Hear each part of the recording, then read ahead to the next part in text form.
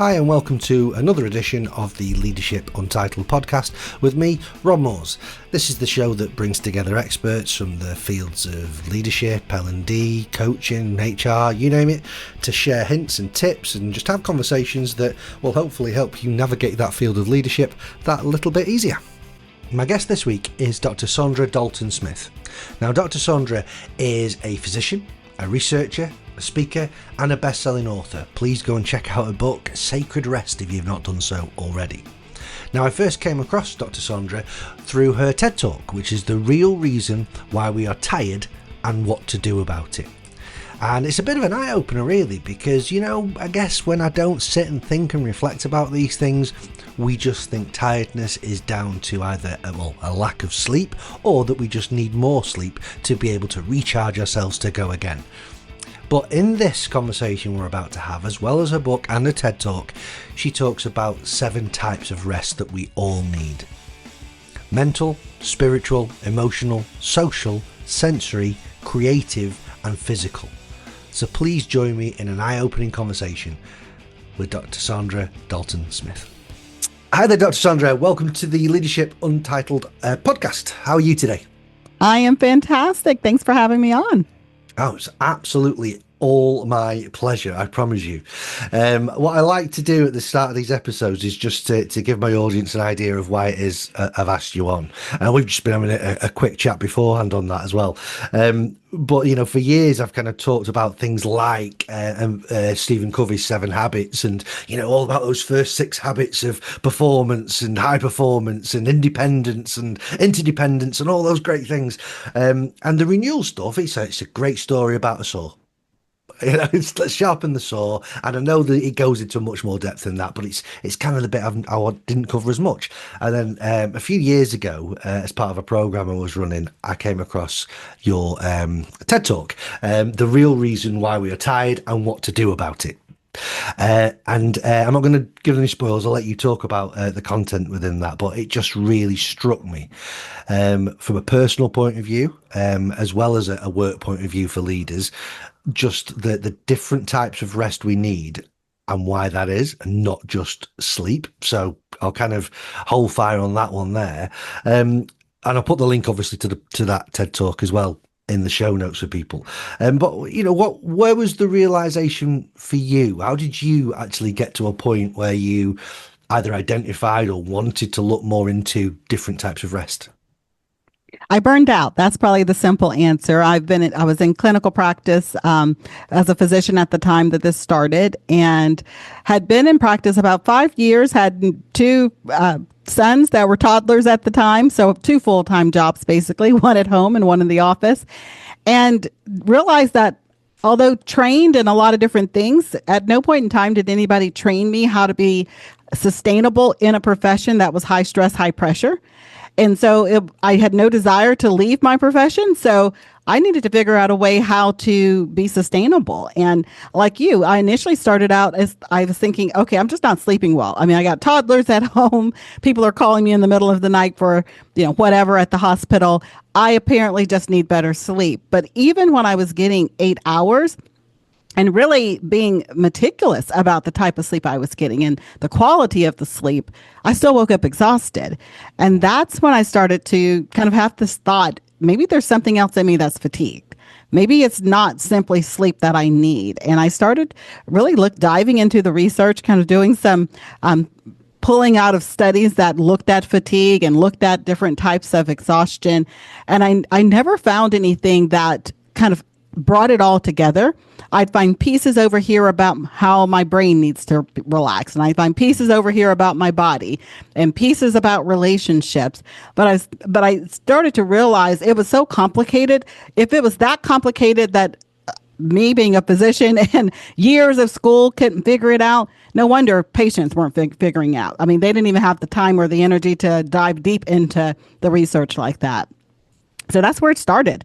I was just trying to save myself, and was really excited to see that it translated over to my patients and to others as I shared it. And I think, the word you've used there, burnout is something I hear in the kind of world. I know similar circles for yourself. There's a lot of HR managers, a lot of senior leaders, all those types of people in business. That word burnout, it seems to be creeping up more and more. Do you find that as well?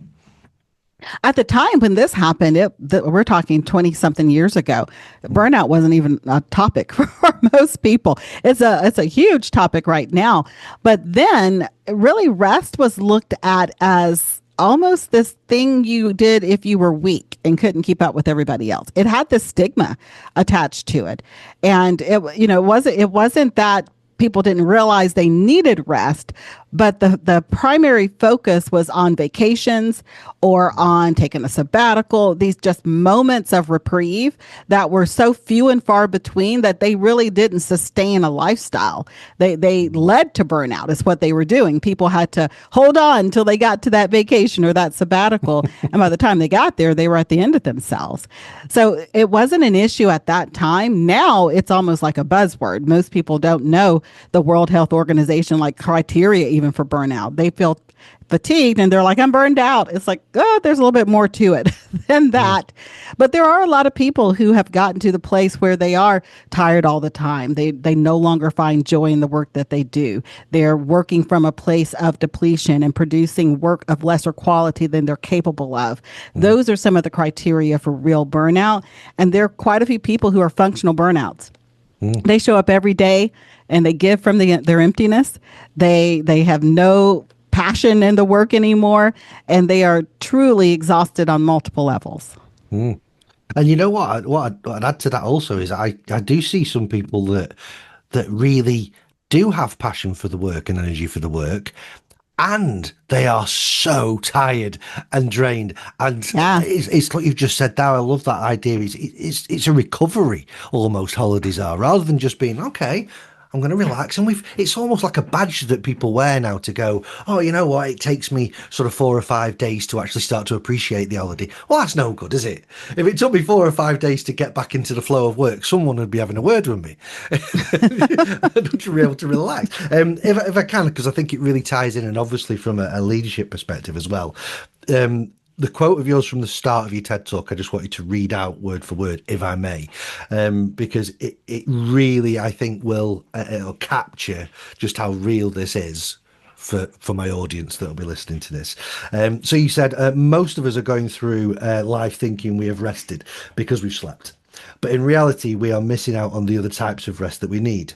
The result is a culture of high achieving, high producing, chronically tired, burnt out individuals. And obviously it's not a great situation that we find ourselves in, but what I love about that is that for a second there, as I was listening to you and as people there would have been listening to me, we've gone, oh, the culture is of a high achieving, that's good, high producing, this is brilliant, yeah, chronically tired, oh, so this is all coming from what we perceive as being good stuff, is it? Yeah, I think right now we have a lot of people who have a fantastic work ethic. They want to see things produced, they want to see advancement, they want to see improvement, but they have no rest ethic. And because they don't have a rest ethic, they also don't find joy in the work anymore. They no longer see the work as something that they want to continue to build, because continuing to build it would mean that it's more pressure and more responsibility and more response and more energy needed for it. And I think it creates this situation where we have kind of this standstill, this like, okay, I'm going to go this far and no further because I'm already tired with what I'm currently producing. And I think it's a shame. I feel like a lot of people who have great potential and great possibility, particularly leaders, to be even more innovative, to be even more creative, to be able to have better relationships within their company, to have better expansions within the things that they're doing, it's limited because when they look at their energy available, there is none. And so then why would you add more to anything if you're already feeling like you're at the end of your rope? Yeah, absolutely. What I'd love to invite my audience to do right now is that, I guess what we'll do is we'll talk about those 7 types of rest and see where the conversation takes us. But I'd love my audience just to kind of just pause a second and write down as many types of rest that they can think of. And as they're doing that, maybe tick the ones, if they get more than one, if they tick the ones that they actively seek out and engage in themselves. So please just do that, pause that, and then just rejoin us in a second, and we'll see just if this surprises you like it did me, because as a student of Stephen Covey, I maybe got towards the 4. I still didn't get the 7, and then I started not ticking quite a few for myself. So those 7 types of rest, then let's go through them. Do you want to talk through them for me, please? Yes, I thought it was interesting, the assignment you just gave, because that's actually how I started the process. I started looking at, okay, I'm tired all the time. I started looking at, how am I spending energy throughout my day at work? And so that's exactly what I did. You don't know that, but I started writing down, okay, I did this activity. What type of energy did I use? And then I did this activity. And what kind of energy does that use? And I did that for a couple of weeks, just trying to see how many different ways am I using energy. And I saw some overlap. That's where things kind of condensed. There were way more than 7 initially, but that's how things kind of condensed down into these 7 major buckets, so to speak.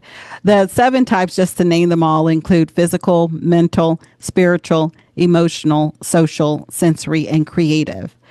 And so within those, they kind of get to the fine tuning of the energy used in those different areas. I don't know how in depth you want me to go into each one, but I'm happy to. I think would be a really good one, in kind of in your work, and obviously those that have been writing down now kind of just like pause and get those 7 as well. In your work, in workplaces, around leaders and at all levels of employee, which of those types of rest do you see lacking the most, even if that person isn't aware of it? What tends to be the one? We have a free assessment at restquiz.com. So we have lots of data on where people fall within the types of rest. The ones that we see primarily staying very high all the time are mental rest and emotional rest. Mm-hmm. Leaders particularly tend to have very high mental rest deficits. They're always thinking, always processing. One that tends to be surprising to a lot of them, and I get a lot of emails from CEOs, CFOs, COOs that are like, I've never heard of creative rest, but my score's through the roof. What do I need to do about this?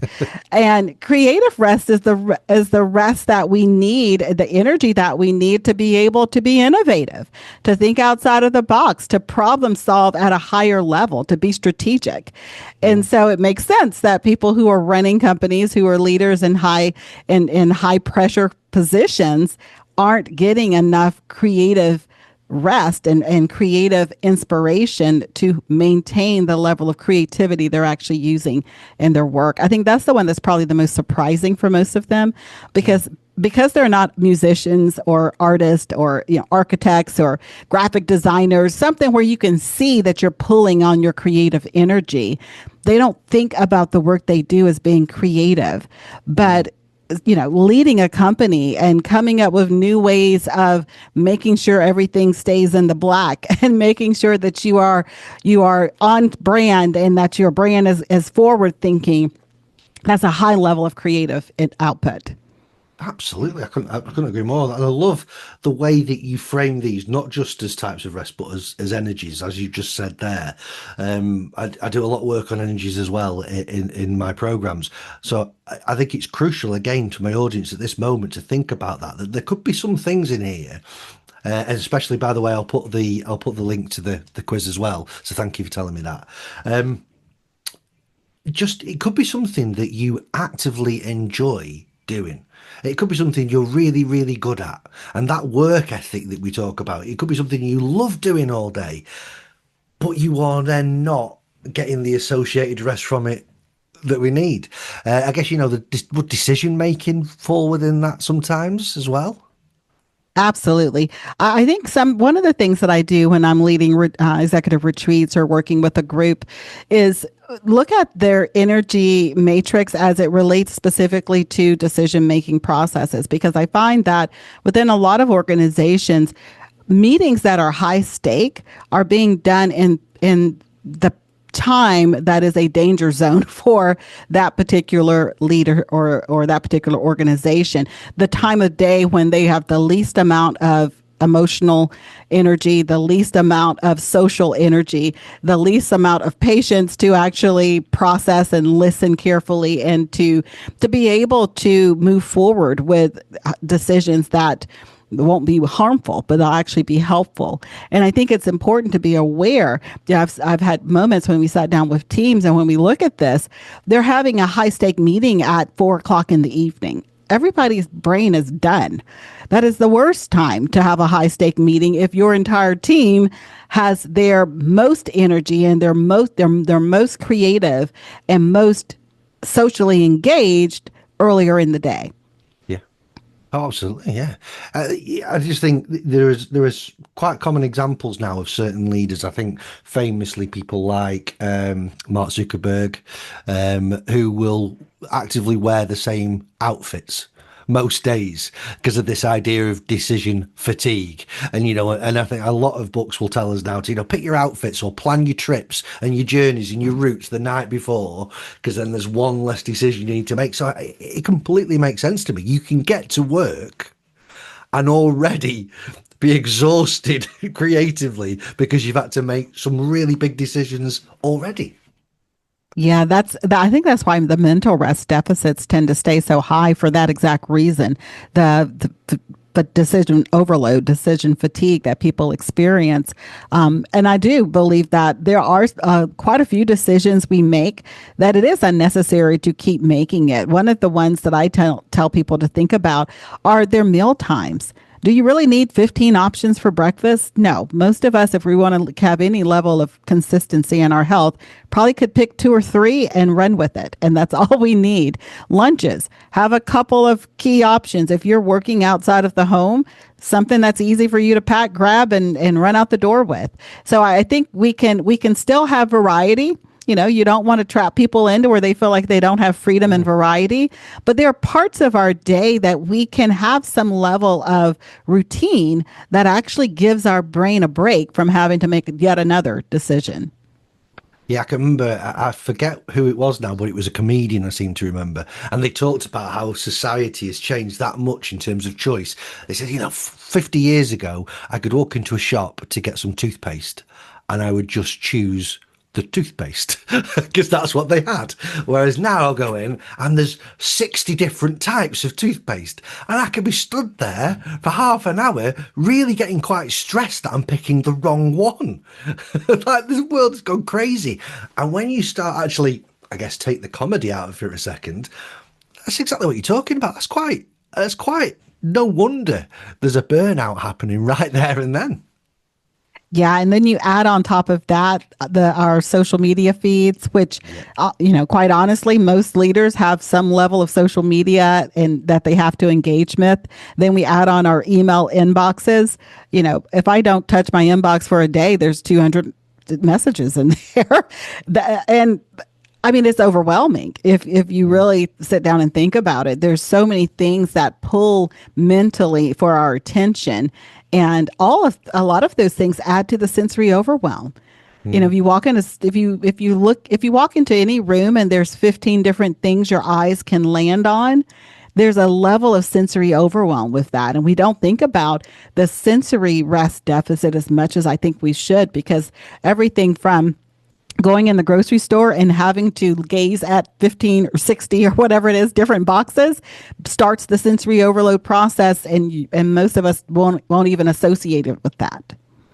I think it's absolutely crucial because I think, you think about it, again, a difference between now and 30, 40 years ago, you'll wake up in the morning with a choice to 200 channels instead of 3 on the TV or radio. The same with the breakfast you just mentioned. You will open the door and there's so much more traffic than there used to be. And everything's really sensory. And I shared with you, didn't I, before we started the recording. And some of my clients will know about my dog Skylar, the Hungarian Vizsla, because I pretty much complain to anyone who will listen about about the negative sides of that ownership. But she is gorgeous, by the way. But that sensory stuff really, it hit me when when I was talking to a dog trainer just about the type and high demand of exercise and energy that Skylar has, they were the ones that talked to me about, don't underestimate the power of sensory exercise for that particular breed, or any breed, but particularly this breed. So that that the physical is great, but sometimes just hiding some food, or sometimes just walking through some highly populated area of flowers and bushes and trees that she will sniff at for half an hour, will tire her out more than walking for half an hour. I went, I've seen a TED talk that reminds me of. It's a sensory stuff. Tell me more about that again at work. What's draining us there? What's happening? Well, I travel a lot. I do a lot of traveling for events that I'm speaking at and things. And I know a lot of leaders have travel as a part of their experience. And I think anyone who travels is whether it's a short or long distance, going through the airport, getting on the plane, the sound of the engines and all of the stuff. You arrive at your destination. You've been sitting for the better half of your time, but you arrive at your destination completely exhausted, and it's all sensory overload. You've seen too many lights and sounds, the background noise. People experience this when they're working in office places that have like communal type settings where you can hear someone next to you in a cubby talking, or their phone ringing, or the elevators going off. There's so many different opportunities within workplace type settings where we are experiencing sensory inputs.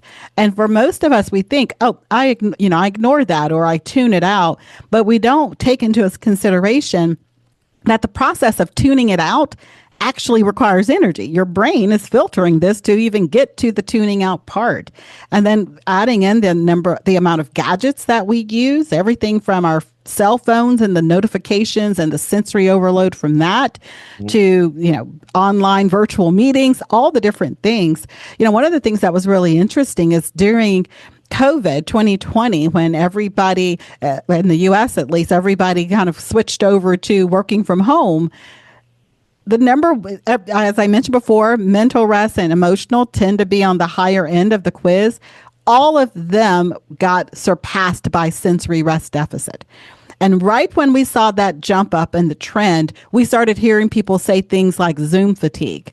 It's like they realized there is something going on here that I'm not sure what it is, but we're going to term it something, because we notice that the amount of engagement I'm doing with these devices have its own level of fatigue. And I think that's the interesting thing about sensory rest deficits. A moment of sensory reprieve can reset the system. Something as simple as like putting noise cancellation earphones in for a while, for an hour or so when you're on the plane, to give yourself complete silence for a moment kind of resets the system. Closing your eyes for a few moments in between your Zoom meetings, your virtual meetings, wherever they happen to be at, can reset the system to some degree. I think we just have to be aware that we are being affected. And if you happen to be someone who is neurodivergent in any form, whether that's ADD, ADHD, HSP, any of the neurodivergency type tendencies, autistic, all of them, have a level of escalation in the sensory rest deficit area. And so it's even more important to be aware of the surrounding sensory inputs that you're receiving. Massively so, massively so. Just on what you said there, I'm going to let you into a little secret, Dr. Saundra, and that is that when I'm on the train, I quite often put my AirPods in and have nothing playing on them. Same here. Just have noise cancellation on. And it's like, oh wow, how much It's noise is amazing. And you mentioned COVID before that, you just resonated with me there, because I remember over in the UK, the first lockdown that we had. It just so happened that it was lovely weather as well. So loads of people in their own homes were maybe sat in their own gardens or whatever that might look like for the individual. But a common phrase that was being said was, "Isn't it quiet? Isn't it quiet? Hang on, are there more birds? Or have I just never sat and listened to the birds?" And people were going for walks and there was no traffic. And just if you could pause for a second again and just consider what that was like for you, as I've done in the past, just how much sensory overload is happening to you on a minute by minute basis in our days compared to then when there were no planes in the sky. There were very few people walking around. There was no cars on the road. All the factories were shut down. Crazy. It's really interesting. One of the things that we did in the experimentation with sensory rest is sensory deprivation tanks. I'm not sure if that's something that you guys do in the UK, but it's a bit of a fad here in the US. And so it's a sensory deprivation tank. You're in osmotic water that you feel weightless. It's high salt concentrated water. Your body floats effortlessly on it. So you feel weightless. They're completely dark, completely soundless. And people do it for relaxation and kind of a meditative type state to get into theta brain waves. And I find that people who have high levels of noise pollution within their day, use a lot of gadgets and things, when they try these sensory deprivation tanks, they actually go into a panic attack oftentimes. It's as if their body says, this silence and lack of sensation is dangerous to me. And so I find that some people, when they turn off the noise, it's actually a little bit frightening because they are so prone to the sensory overload that the lack of it brings out a level of anxiety. And so I always tell people, if you feel that, it is a thing because you've trained your body to be okay with all the sensory overload. And it's a matter of kind of desensitization and adding in some moments of sensory deprivation, adding back the silence in their life.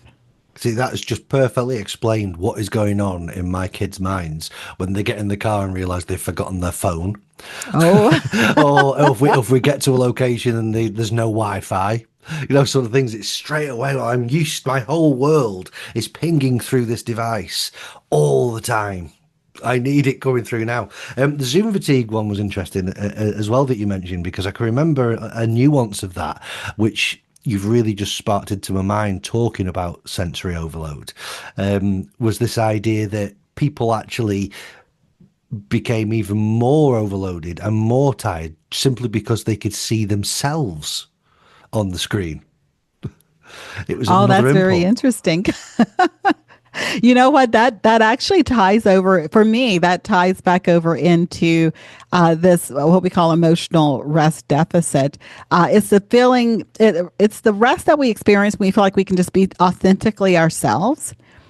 And when you are in a situation where you feel like you're in performance mode, there's a level of stress and energy expenditure that comes in performance mode. Mm-hmm. And unfortunately, if I tell someone, do a Instagram live or a Facebook live or something like that, most people stress out because it's like, oh no, is my makeup just right? Is my hair just right? Or whatever. Is my beard just right? If you're a guy, right? Whatever it is. But on Facebook, I found that people started to do the same thing. It's like, is my house tidied up? Is the bed made up? Is my living room okay for to invite people in? Because we were inviting people into our space. And so I can definitely see how that added to the part of the fatigue. Definitely. And I know you mentioned fleetingly as well, the kind of idea of neurodivergence as well. And as part of that sometimes, for example, with ADHD, I've often read that to get motivated to do things, it's often adrenaline that has to kick in rather than dopamine. So this idea that we need all of these kind of sensory and mental activities to come at us very quickly to make something urgent enough to do, it's no wonder, therefore, that once we've done them, we completely crash. Yeah, I think our stress, our cortisol system, our stress response system, for many of us, is working overtime consistently. Mm. So tell me more about the emotional one then. So you mentioned earlier with leaders that's another key one that you see in your work. That has the deficit. Tell me more about that. The main thing I'm finding, particularly with leaders, is what we tend to now term as professional emotional labor. There's a lot of holding back of emotions for the sake of professionalism. So whether it's an employee, you need to release for whatever reason, but you like the person, sometimes cutbacks happen and you feel bad that you're having to let them go, but you can't really show that emotion in the moment. So you hold back your true feelings for the sake of doing what you have to do. I find for myself, this was the area of greatest rest deficit. I'm an internist, so I work in ICU in different places where death is just a part of my every day. Death is a part of life. And so I'm an empath. So when sometimes I'm in these situations and I'm seeing some horrific things that are happening as an empath, every part in me may want to burst out into tears, but you'd never see a tear drop out of my eye because I've trained myself to hold that emotion in check. And I think a lot of times with leadership, you learn how to hold your emotions in check, but you forget to find the safe places to release them. So whether that's with a trusted friend, a counselor, a therapist, and for some people, it's releasing through things like journaling or releasing through things like some type of artistic expression. I work with a lot of people who release their they don't like talking about it, but they have an artistic release. So it's different than creative rest where you are appreciating what's already been created. There's no pressure on your own creativity. With emotional rest, you are creating, but you're creating as a release and you're not caring what anybody else thinks about it. It's just for you. It's an opportunity for you to just be authentic with your processing of your feelings through some form of artistic expression. So I think we all have to kind of determine what's the safe ways to release that. I know one of my doctor friends who's a surgeon, and if he has a case that he doesn't like the outcome on, he takes his boat out in the middle of nowhere and screams at the universe, at the top of his lungs. And that's who he talks to. That's how he releases that. I mean, we all have to figure out what that looks like for us. Absolutely. You reminded me, I had one of my previous guests on the podcast was Thomas Erickson, who wrote Surrounded by Idiots. Have you come across that? And he talked about the sort of different personality types, and one of which he talked about kind of contains all of this buildup of stuff like it's in a barrel, and it'll just keep coming and keep filling up and keep filling up. And it could be, 2 weeks, 2 months, 2 years, and there's just one little thing will push it, and then the whole barrel will just creak and empty open and spill everything out. There is that healthiness to it that you need to be able to find a way. And what I love about the idea of emotions as well is that lots of people listening to this will think, certainly from a leadership point of view, they think of that word emotions as being people who are too emotional, that need the arm around them, that need too much kind of guidance. But I guess the emotions at the other side of it could be, leaders who want to get really angry about something and feel like they can't, probably quite correctly so. But they too need to find a way of healthily getting that energy out somewhere, don't they?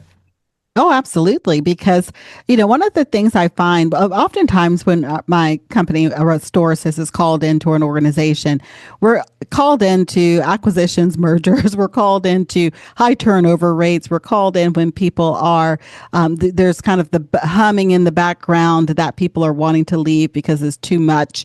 They're not managing work-life integration very well.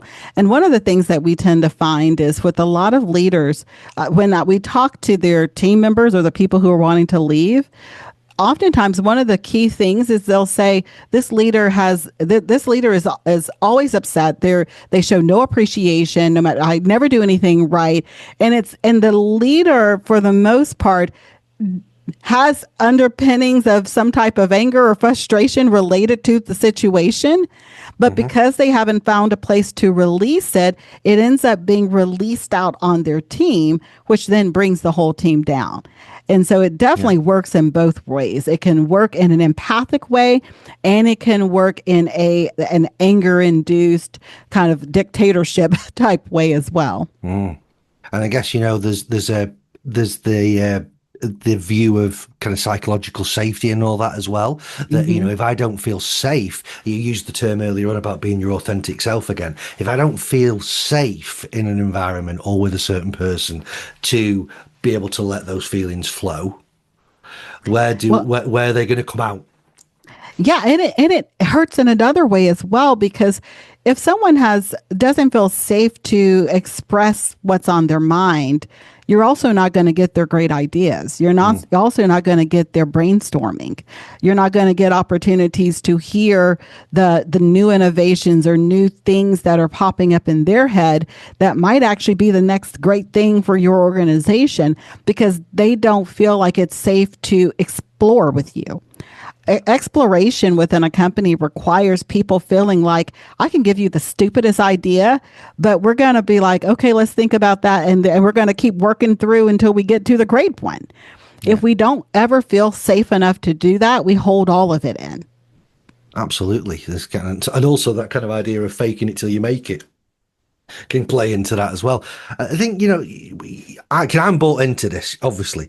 You could probably tell that, or hopefully you can tell that. And I can experiment with these different types of rest. I run my own consultancy by myself. I don't have a team around me. So I can go, well, you know what, tomorrow I'm going to try some of that type of rest, or some of this type of rest, or spend this sort of energy. Not a problem whatsoever. However, I would imagine going into the sizes of organizations that you do, whilst you might get the initial, wow, this is amazing, I didn't even think of these different types of rest, there must be a bunch of barriers you then come across for people to be able to try and put some of the great things into place. Tell me about some of those experiences. Yeah, it's always interesting. We've worked with a lot of different fields, so everything from teaching to government to corporations that are IT based and ag IT based in all the different areas. And each one of them is unique, is what I'm finding. They have unique rest deficit challenges that pop up that they're having to deal with. So we always kind of take a look at some of the things that are consistent, specifically if it's desk jobs. Desk jobs, one of the physical type rest areas we hit on are body ergonomics with the workstation, because people don't think about the height of their monitors. They don't think about how their body's positioned in their chair. So there's some simple things that can kind of just, everybody who has a desk, we're going to look at these things.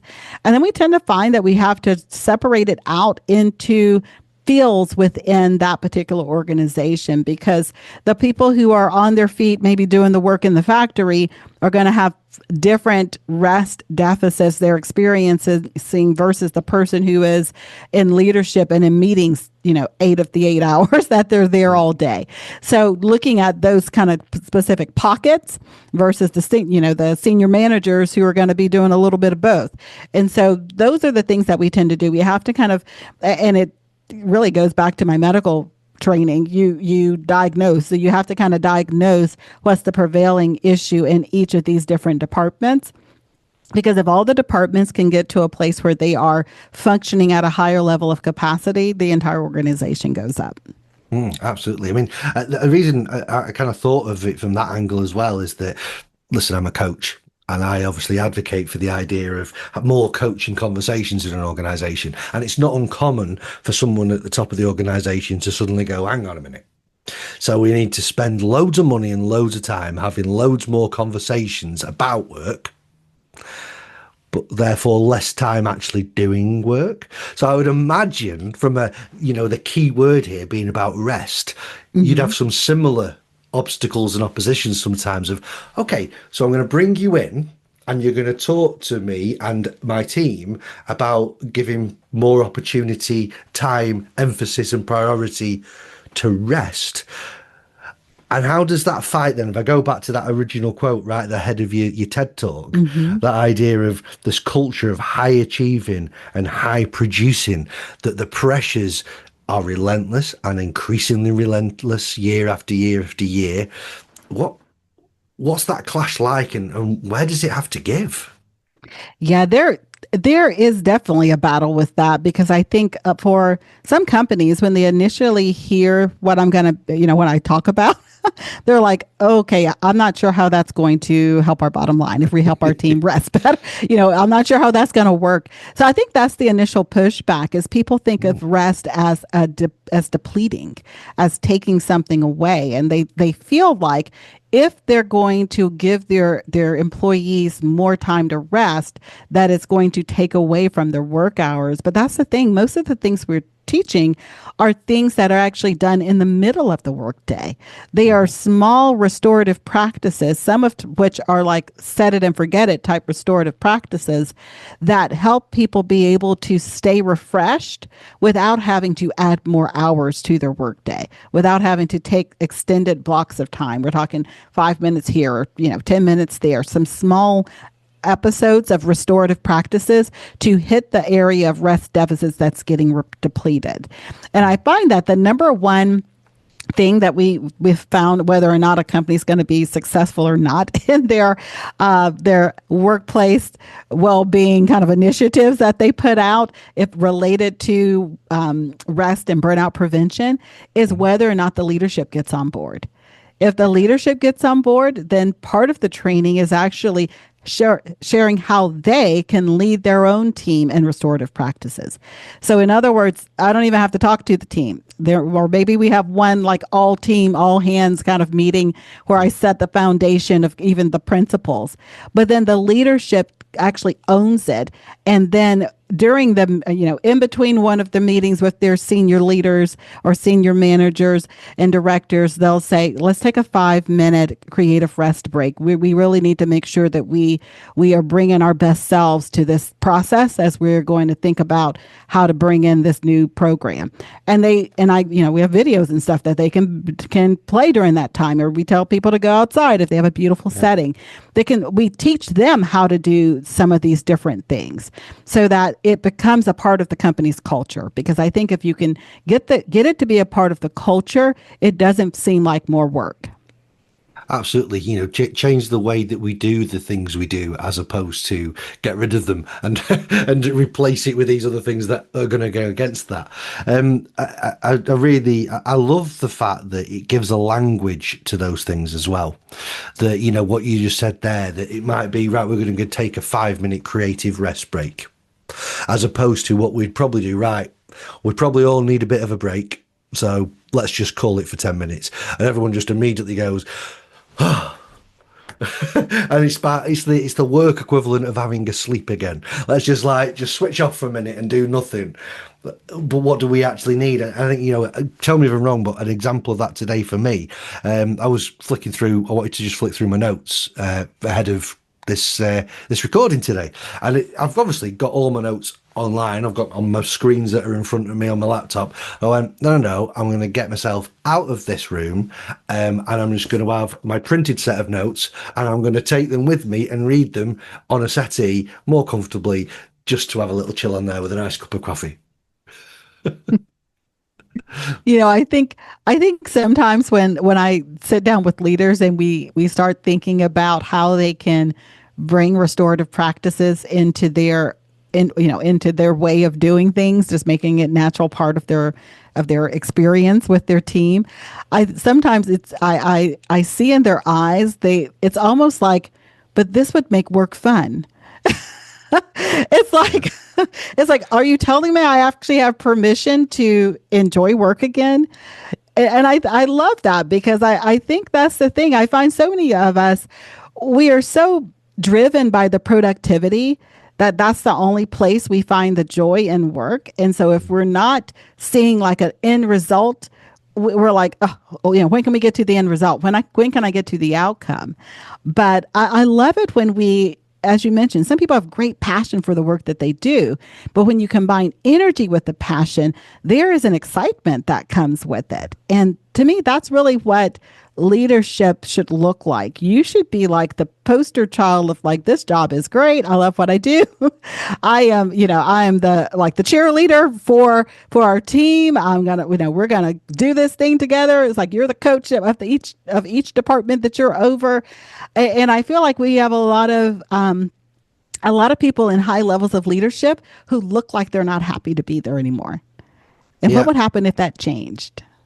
Yeah, as you say, that's kind of almost an unconscious standard that's been set. We're not here to have fun. We're here to be unhappy until we can, going back to the start of our conversation, get our holiday or our weekend and our vacation to go and have a break and recover from this sort of stuff. Yeah, crazy, it's crazy. Well, I think we are. We're crazy for doing it. Um, so what do you find then? Some sort of creative, what are the best kind of creative ways in which you've seen this brought in then? Those organizations you've worked with that really have made a difference to the way that they work. And by the way, what I really love about your work and the way that you speak on this sort of stuff, it really brings work into that circle of life. No, it's no more that kind of work-life balance or work-life talk. It's work is life. So I love that idea of the angle. It's why not be fun? Why not rest? So what are some of the best examples you've seen of people bringing this to life after you've spoken with them and worked with them?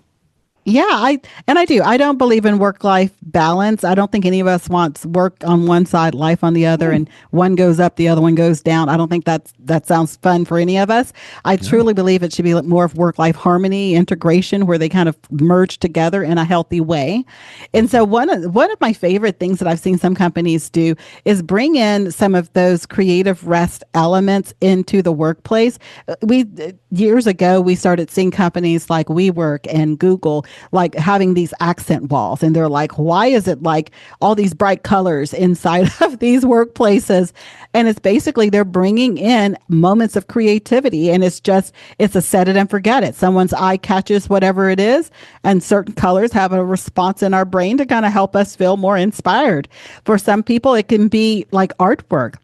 Yeah. I know in some hospitals they have invited local artists they have like a wall or a walkway where they'll have like a gallery almost. And these local artists get to hang their paintings, and it changes out every so many months. And it's a way of having creative rest brought into a place where people need to stay inspired and need to have a high level of creativity maintained. Changing the lock screens on your computer. I know a lot of teachers, and they're like, you know what? I have to stay creative to be able to teach the auditory learners and the visual learners, but I don't have a lot of inspiration in my day. Change the lock screen on your computer so that every time it pops up, you get a burst of inspiration with whatever that creative thing is, whether it's the ocean or maybe it's your favorite vacation spot or the mountains, whatever it is. You're allowing yourself to create something that's already been created, whether it's nature or man-made, inspire the creativity inside of you. It could be a picture of your highly sensory Hungarian Vizsla dog. It could be. Your next vacation that you're looking forward to, whatever it might be. Absolutely love that.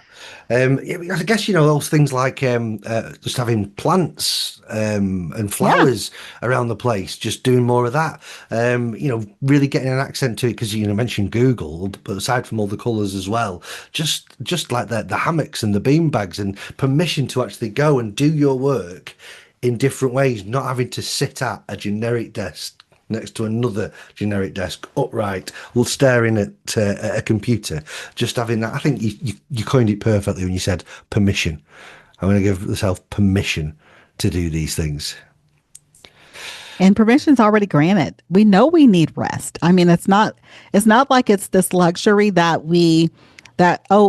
if I do enough work, then maybe I should get some rest. It's like if I want to do my best work, I need to get some rest. So if you've got someone in a business at the moment who's listening to this podcast and they're going, I absolutely love this, and I know, just as Dr. Saundra has said, I'm going to have a challenge when it comes to getting that senior leadership team on board because they have to. What one piece of advice would you give them of where to start in terms of that kind of inspiring the layers above them to listen to this and follow it? Yeah, when we enter a company, we start with an assessment. And so most companies can do some type of survey just in-house without having anybody come in. So start with an assessment. Actually start asking your team about their energy levels. Ask them about their level of satisfaction. Ask them about burnout and fatigue in some of these different areas and see what they say. Just the statistics will show that a large number of people are experiencing that. And then the next question that you ask somewhere on the survey, on a scale of 1 to 10, how much do you feel like, and make it blinded, make it anonymous. People have to feel like they're safe to say what they want to say, but Absolutely. Ask them, what at what level is this affecting the quality of your work? Mm. I find that employers are shocked when they see that number because they don't believe that it's affecting the quality of their work. But when they actually see that people self identify that their current level of burnout, fatigue, or work life imbalance is leading to feelings of, I'm not doing the best I could do at this job, it changes a lot of minds really fast. Absolutely, and using that as a metaphor, I think that, again, if you're listening to this and you feel a resonance with that, the flame is almost going out and you're burning out, and start thinking of the things that you might do at work to try and get a little bit of kindling going, a little bit of a spark. It might be, I'm just going to go over there and talk to them for 5 minutes, or it might be, I'm going to go and make a drink. And just think, well, how much more effective would I be if I found ways of getting that fire roaring again? Not just a little spark that's going to just rekindle just to get me through the next meeting, but actually, let's get a roaring flame going again with some of the things. And how much more productive would it be? I guess, from that point of view, I read again recently that there's a few countries that are looking at the whole kind of 4-day working model. And there's proof around in some areas around we don't get less work done, even though we're doing fewer days and fewer hours.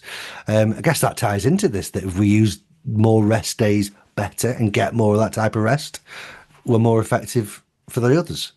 Absolutely. It energizes you. You're not working from your depletion. You're working, like you said, from that roaring fire. You're working from that place of really feeling like you have the energy to accomplish what you want to accomplish.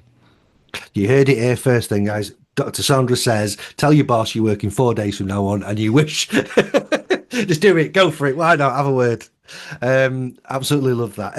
I've loved having you on the episode. Thank you so much for coming along. We're at the part of the show where I like to just have a little reflect back on what we've been talking about. And as per the name of the show, Leadership Untitled, let's name the episode based on some of the key points we've had a look at. I've, as usual, made a few notes, but I always like to come to my guest first to see what stood out for them that we might consider. I would probably say leading from a place of rest. Leading from a place of rest. Love that. Leading from a place of rest. And what I might do is, with your permission as well, just put something in there, just as a bracket after it, because I love something you said early on. It was just a very simple 2-word phrase. You heard, what's your rest ethic? Oh, I love that. Love that. Because work ethic, I'd be surprised if there's anyone listening to this who's never said the words work ethic. But I'd be very surprised if any of them have said rest ethic. Let's get that into people's lexicon straight away. Let's start talking about our rest ethic. So I love that. So leading from a place of rest, brackets, what's your your rest ethic? Not work ethic. I'm not going to fall into that trap. Rest ethic. Love that. Thank you so much. If people would like to follow you and hear more about your work, and also I know you've got a new book out this year as well, where can they find those? Where's the best place to follow you? Where should they go? Yeah, so the best place to reach me is at drdaltonsmith.com. It's just DR and my last name. And from there, they can connect with the REST quiz. They can connect with the book that all of this is from called Sacred Rest, as well as with my other works. Awesome. I will put the links to those into the show notes, so the rest quiz will be on there. I'm also going to be going to do that after this episode as well. So I will probably, when I record the intro and outros to this episode, I might tell you what my where my deficits exist based on that. I'll also put the links through to Sacred Rest and also the new book. Is it Being Fully Known? That is correct. Being Fully Known. So we will get the link onto there as well as your personal links that we mentioned on there.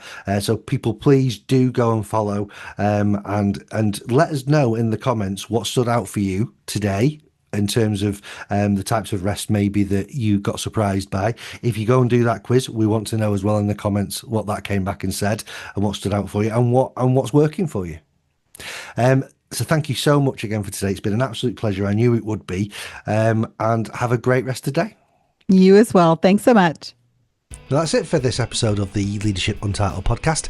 This episode will be called Leading from a Place of Rest, with a subtitle of that killer question, what's your rest ethic? Please spend some time reflecting and answering that one. I'd love to hear your responses.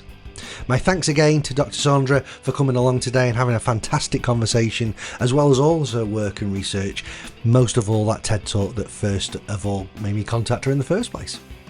And, of course, my thanks to you for listening. If you've not done so already, please make sure you subscribe or click and follow, whatever it might be on your podcast platform of choice. And until next time, have a great day. Bye now.